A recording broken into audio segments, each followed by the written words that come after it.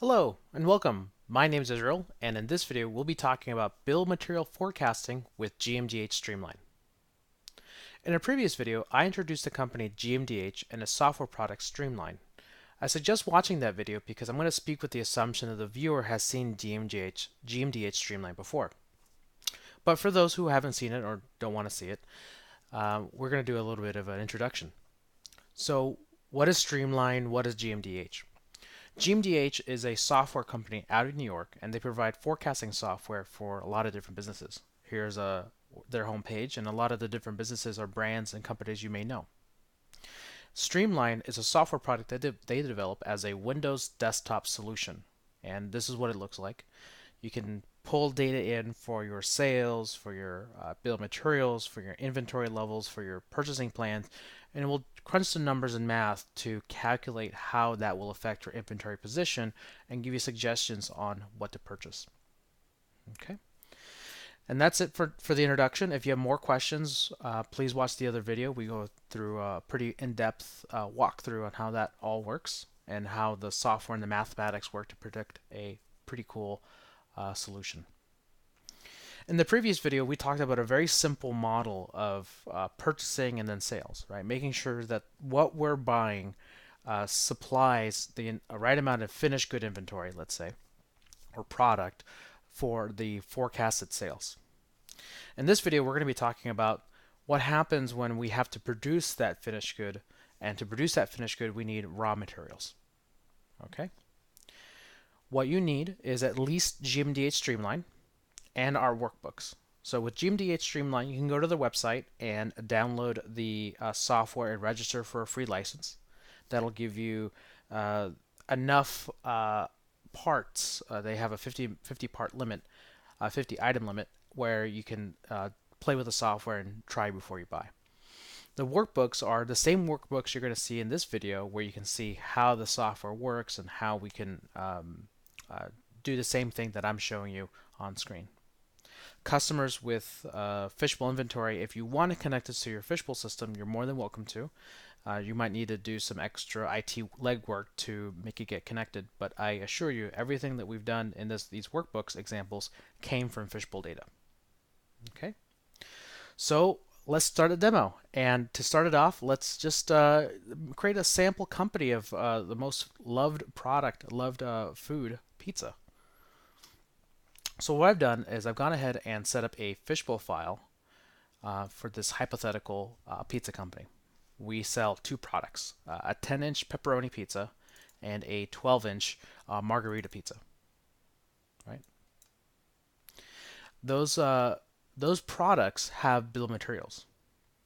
And those bill of materials look something like this. Now I'm taking some creative license on what the actual raw materials look like, but I put something together where it's cardboard support, for the box, the actual pepperoni product box, the tomato paste, oregano, onion powder, salt, sugar, mozzarella, pepperoni, and dough. Okay.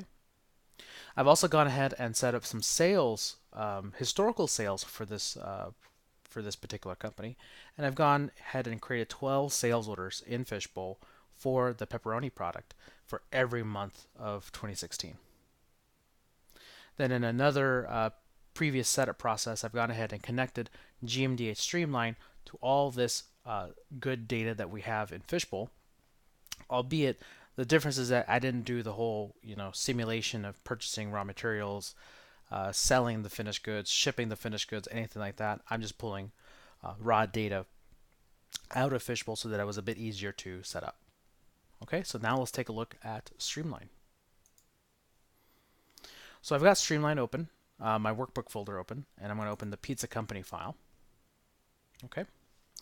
Now that I've got this pizza company file, what I've done is I've gone ahead and separated my items into different categories: my finished goods and my raw goods. Right? In my raw goods, I just have everything that goes into the product. Some of the parts that we use inside of the two pizzas are shared. Right? Now the only one that actually has sales is the pepperoni pizza. Right?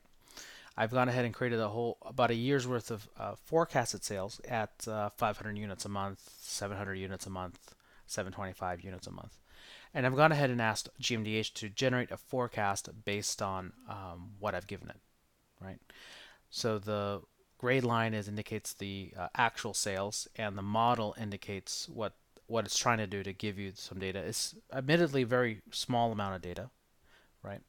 But we've got then have here on the red line generally what the system thinks you're going to need to produce, right? So I've gone ahead and given myself a horizon of 3 months. Anything right now with this small amount of data is going to be inaccurate because we don't have a long history of sales and growth and things like that.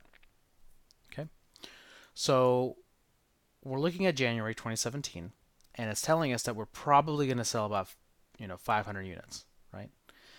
And let's see what it really honestly thinks. Maybe that's not true. Maybe we don't believe the forecast, but we're going to use this software as part of the forecasting abilities, but also for the ability to generate what ifs, right? If I leave it alone and I go to the inventory report, I can see a lot more information on what's going on. I'm going to sort my manufacturing so that I've got my finished goods at the top and I've got my raw goods down below. You can see that the same demand forecast for 500, 600, 625 for the finished good is at the top here in the output. But what it's done is it actually looked at the bill of material data that we were able to extract out of Fishbowl and then multiply out that activity, right? Now this is a pretty simple process because if we look at the bill of materials, we can see that tomato paste and black pepper and pizza dough, things like that. That's everything that we need to use to produce these pizzas, right? Now we go into the what ifs. So if we say, you know what, GMDH, maybe you're not perfect. And to be honest, we didn't give you a lot of data to work with. So I don't think we're going to have only 500 sales of pizzas for pepperoni. We're actually going to have maybe just a flat 660. Or let's see, a flat 600. There we go. Now the model's changed, right? Now we've got a little more of a flat going on with January, kicking back up into March, right? If we go back to the inventory report, we can see now that our numbers for all of the products are significantly different, right? So for January, we've got 204,000 for grams in tomato paste, and if I go back and change the number and remove it out, you can see that the amounts are way less. I had 170 grams, 170,000 grams. Right. Now this works also for not just the process by which we look at forecasting existing product, but what if we have new product, right? That's one of the things that a lot of my customers in the past have had trouble with is dealing with new product because there's no data. When I've developed software for companies, that kind of interaction, that kind of input of what if is really, really difficult for a developer to put in, especially with a project where we're only spending 10 to 20K because we can't really do a lot of work to do everything in it, right?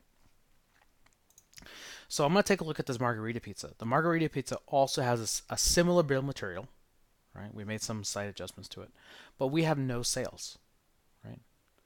So instead of statistical forecast of 0, let's throw some sales numbers at it. We're going to do 100 sales here, 200 sales there, 250 sales in March, right? Now what does that do? We're going to go back to the inventory report, and we can see now that for our finished goods, we've got all of that projected demand forecast factored in. We also got that then added into the same bill of materials. I kind of cheated. I used the same bill of materials for the second product, right? But you can see here that some of the unique products for each of them, the cardboard support for a 10-inch pizza and then the margarita pizza box, because they're 1 and 1, they're going to be the same numbers, 100, 200, 250. Okay. So now what can we do with that data, right? We can export that information to Excel. Now, I don't think I have Excel on this system, unfortunately. Oh, yeah, I do. And when that loads, let's give it a minute for this demo machine to load up Excel. Or not. We'll come back to it. We'll let it think a little while. We can export that information to Excel, but we could also export purchase orders, right? Now, this is the really neat part about GMDH because part of being able to make forecasts and using information and really having business intelligence is to be able to make certain kinds of decisions, right? So what good is it to have all this forecasting and planning and these numbers when you can't really do anything with it? So one of the things that my company is looking to do in the next few months is to actually allow companies to click the purchase order button, export this file to Excel or CSV, and then import that back into the Fishbowl inventory system so that you can actually put in, purchase order plans and things like that. Okay? And that's generally it. We're just going to kind of scratch the surface of bill of materials and see what else we can do. But I wanted to talk about how this software may not fit for everybody. There's going to be some limitations.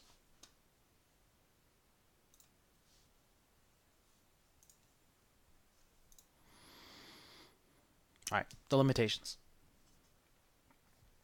What a couple limitations that we've read in the documentation for GMDH Streamline is that it's a piece of software that works really well for certain types of bill materials, right? There's a challenge with some bill materials where you're making things in a batch. Now, there's some settings for being able to do things in a batch, but if in this case you're making the dough as a previous batch, you're gonna want to make sure that you're gonna say for however many grams or maybe even kilograms as a batch that you're making the dough, that the intermediate bills use it correctly. Fishbowl has a really flexible unit of measure system, which may not work the best for everybody here. But if you're manufacturing, I guess, hard product like nuts and bolts and steel and things like that, everything's 1-to-1 anyway. Nothing's really like half or a production batch. Then this kind of system will work just great. Now, the pizza example that I gave you, while very interesting, may not work for all businesses because we do have some experience with pizza companies. I know that they create a base sauce. I know that they create certain things like that, and that kind of might have some problems here. And I'll do another demo later in the year with more complex bill materials just to see how much we can push GMDH. But from their documentation, it's going to be a 1-to-1. Okay. Another thing is time. GMDH does not consider time factors to produce or how to expire inventory or how long it takes to be ready to sell. That's kind of the nature of this kind of planning software.